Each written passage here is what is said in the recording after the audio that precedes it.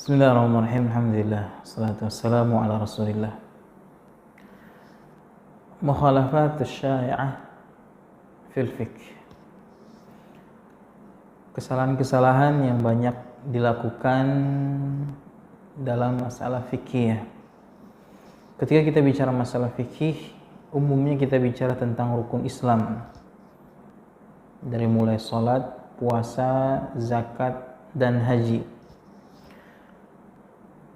Dalam masalah salat, banyak hal-hal yang memang tanpa kita sadari kita lakukan, yang itu merupakan kesalahan.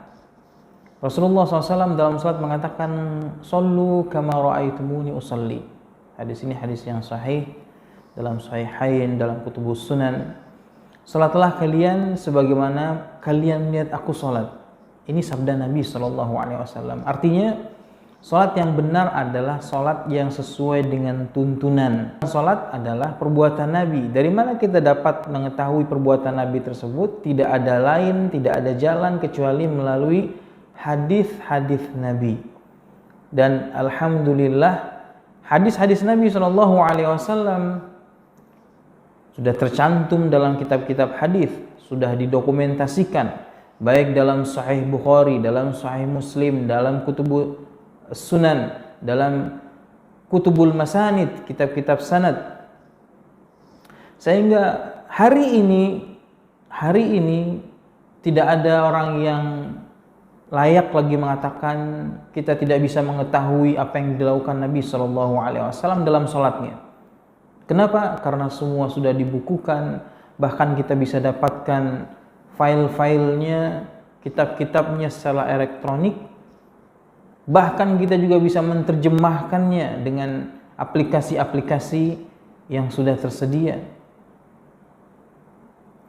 Kesalahan dalam salat yang pertama sekali berkenaan dengan syurutus salat, syarat salat. Perhatikan betul-betul bagaimana sutra pembatas antara orang yang salat ya dengan apa yang ada di depannya, sehingga orang yang lalu lalang atau yang melewati di depannya tidak berdosa. Kemudian memastikan kiblat. Kalau sholat di masjid ya tentu tidak ada masalah. Sholat di rumah juga biasanya sudah hafal, sudah paham betul. Biasanya jika musafir atau berada di tempat yang baru, ini menjadi masalah. Kemudian perhatikan juga tempat kita sholat. Rasulullah SAW dan ini sudah dijadikan, dibukukan dalam kitab-kitab fikih berkenaan dengan makanus sholat. Tempat sholat itu hendaklah tempatnya suci, bukan hanya suci secara fisik dari najis, tapi juga suci secara kepemilikan. Tidak sah sholat orang yang dilakukan di atas tanah hasil curian, hasil rampasan. Lalu berkaitan dengan aurat, perhatikan sering kita dapati sholat menggunakan, khususnya laki-laki ya, menggunakan kaos. Bukan kaos yang menjadi masalah ya, tapi ketika dia sujud atau ruku terbuka bagian auratnya, bagian belakangnya terutama ya, bahkan sampai celana dalamnya juga terlihat ya. Perhatikan, ini mengganggu ya, bahkan merusak sholatnya karena auratnya terbuka. Apalagi dia tahu bahwasanya tersingkap sudah auratnya. Kalau tidak sengaja segera dia tutup ya, tapi kemudian setelah itu dia berusaha. Setelah aurat kita bicara tentang taharah, tentang kesucian. Hendaklah wudunya disempurnakan. Wudunya disempurnakan. Cari cara-cara wudu Rasulullah SAW. Ya, sekarang sudah bertebaran banyak sekali di media sosial, para asatid yang membuat aplikasi atau membuat rekaman-rekaman bagaimana wudunya Rasulullah SAW. Ingat, sesuai dengan tuntunan fikih, bukan secara tuntunan thariqah Apa bedanya antara fikih dan thariqah? Ya, thariqah bisa jadi di sana ada tuntunan-tuntunan yang tidak ada didapati dalam kitab-kitab fikih. Ya, biasanya thariqah ini ajarannya lebih kepada ilham-ilham. Ya, pimpinan thariqahnya mendapatkan ilham atau mendapatkan sesuatu dari mimpi, ya, atau kasyafat yang bukan dari fikih. Ya, saya bertemu dengan Nabi, baik melihat maupun dia mengklaim bahwa dia bertemu langsung. Ya, bukan seperti itu. Tinggalkan ini, pelajari fikih. Kemudian yang berkaitan dengan kesalahan dalam rukun salat, seperti niat. Ya, niat ini ada yang memasukkan dalam rukun, ada yang memasukkan dalam syarat. Ya, tidak masalah, yang penting niatnya benar. Bagaimana niat benar itu? Niatnya mengandung atau terkandung dalam niatnya kepastian bahwasanya dia sedang akan melakukan sholat fardu, kalau memang dikerjakan fardu, atau sholat sunnah. Ya, kemudian jumlah rakaatnya sudah terbayang dalam pikirannya, dalam hatinya. Dia kerjakan sebagai makmum atau sebagai imam. Ya, itu yang terpenting, bukan lafadznya. Ya, jadi kontennya itu yang ada dalam hatinya, bukan lafadznya. Ya, jadi niat itu letaknya di dalam hati. Semua ittifaq, semua madhab, 4 madhab semua sepakat bahwasanya an-niyah mahaluhul qalb. Niat itu tempatnya di hati. Kemudian setelah itu dia melaksanakan sholat tentu ya dengan berdiri, kemudian bertakbir, membaca Al-Fatihah, kemudian ruku, kemudian bangkit dari ruku, kemudian sujud, bangkit dari sujud, ya duduk antara 2 sujud, kemudian sujud lagi. Ini satu rakaat. Semua perbuatan ini harus dilakukan dengan yang namanya tumakninah. Yang tumakninah adalah rukun atau satu dari rukun sholat. Itu apa? Dengan tenang. Dia tidak berpindah dari satu keadaan sampai persendiannya betul-betul sempurna. Jadi tidak misalkan ruku, belum selesai sempurna rukunya dia langsung berdiri lagi atau bangkit lagi. Demikian pula sujudnya, baru nempel kepalanya di tempat sujud sudah kemudian dia bangun lagi. Tidak dilakukan dengan tergesa-gesa. Kenapa? Karena sedang beribadah, sedang menghadap pada Allah Subhanahu wa taala. Kenikmatan yang ada dalam salat adalah ketika berlama-lama, dan itu yang dilakukan Nabi sallallahu alaihi wasallam. Kemudian ya, hendaklah sujudnya juga dilakukan di atas 7 anggota tubuh. Kening, hidung, kemudian telapak tangan, kemudian 2 lututnya dan 2 ujung kakinya, ya, jari jemari kakinya, semuanya 7.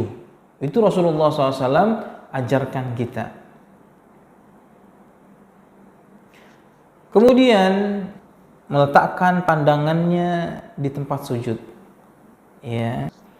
Kemudian yang terkait dengan sunnah-sunnah salat, ya, hendaklah dilakukan dengan benar, seperti misalkan ya mengangkat kedua tangannya ya di 4 tempat. Ya, ketika apa? Ketika tentu takbiratul ihram ini sunnah, mengangkat tangannya. Ya, takbiratul ihram itu adalah ucapan Allahu Akbar. Ya, adapun mengangkat tangannya adalah sunnah. Kemudian mengangkat tangan lagi ketika akan ruku, kemudian mengangkat tangan ketika bangkit dari ruku. Kemudian yang keempat adalah ketika dia bangkit dari tahiyat pertama. Ya, jadi ada 4 tempat di mana seorang itu disunahkan mengangkat tangannya. Itu berkenaan dengan sholat. Bagaimana dengan puasa? Ya, puasa pun demikian. Ya, puasa hendaklah dilakukan dengan cara yang benar, yaitu apa? Dimulai dari terbit fajar. terbit fajar. Ketika terbit fajar, ya dimulailah puasa. Seseorang yang puasa sudah tidak boleh lagi mengerjakan hal-hal yang membatalkan puasa. Ketika terbit fajar, ya. Terbit fajar itu apa? Ya, kalau dikaitkan dengan sholat, ya adalah dengan azan, ya, dengan azan fajar. Ya, ketika azan fajar maka berhenti, sudah tidak boleh lagi makan dan minum. Ya. Terus kemudian sampai tenggelam matahari. Kapan tenggelam matahari? Ya, kalau dikaitkan dengan waktu sholat maka azan maghrib. Ya, perhatikan bahwasanya diwajibkan zakat, ya, bagi orang-orang yang memiliki nasab dan haul. Ya, untuk harta, nasab itu artinya jumlah kadar yang ditentukan. Ya, kalau ternak, ya dia untuk kambing ada jumlah tertentu seperti 40. Ya, kemudian onta ada jumlah sendiri. Ya, ini hendaklah dipelajari di bab zakat. Ya, karena waktu kita hanya bicara tentang selintas berkenaan dengan apa-apa yang perlu diperbaiki dalam masalah fikih. Ya, kemudian haulnya artinya sudah mencapai waktu. Ya, kalau harta setahun jumlahnya, ya. Kalau hasil pertanian, biji-bijian, ya biji-bijian ini bisa disimpan yuddakhar, maka ya dikeluarkan ketika panen. Ya, ini zakat. Maka hendaklah seorang mempelajari tentang zakat ini, dan sekarang alhamdulillah ya bisa dicari website-website yang resmi yang dimiliki oleh asatidah, ustadz-ustadz atau lembaga-lembaga yang terpercaya. Ya, sehingga maklumat-maklumat yang ada di sana bisa dipertanggungjawabkan. Kemudian setelah itu masuk pada haji. Ya, haji adalah kewajiban yang diwajibkan bagi orang-orang yang sudah mampu. Ya, man istata'a ilaihi sabila. Ya, jangan diakhirkan karena di sana ada ancaman bagi orang-orang yang mengakhirkan haji. Ya, kecuali memang kondisinya tidak memungkinkan seperti kita pandemi, memang Mekah atau pemerintah yang mengurus dua negeri haram, ya, menutup sementara waktu karena adanya pandemi, ya maka itu bukan tanggung jawab kita. Ya, tanggung jawab kita adalah berniat ketika kita sudah sampai kepada kemampuan. Ya, demikian, dan kita sudah berusaha, sudah mendaftar dan seterusnya. Ya, setelah itu kemudian tentu dilaksanakan haji ini dengan cara yang benar sesuai dengan tuntunan fikih, bukan secara tuntunan thariqah. Apa bedanya antara fikih dan thariqah? Ya, thariqah bisa jadi di sana ada tuntunan-tuntunan yang tidak ada didapati dalam kitab-kitab fikih. Ya, biasanya thariqah ini ajarannya lebih kepada ilham-ilham. Ya, pimpinan thariqahnya mendapatkan ilham atau mendapatkan sesuatu dari mimpi, ya, atau kasyafat yang bukan dari fikih. Ya, saya bertemu dengan Nabi, baik melihat maupun dia mengklaim bahwa dia bertemu langsung. Ya, bukan seperti itu. Tinggalkan ini, pelajari fikih. Demikian, semoga ini bermanfaat dan bisa menjadi pemicu untuk mengoreksi semua amalan kita. Billahi taufik.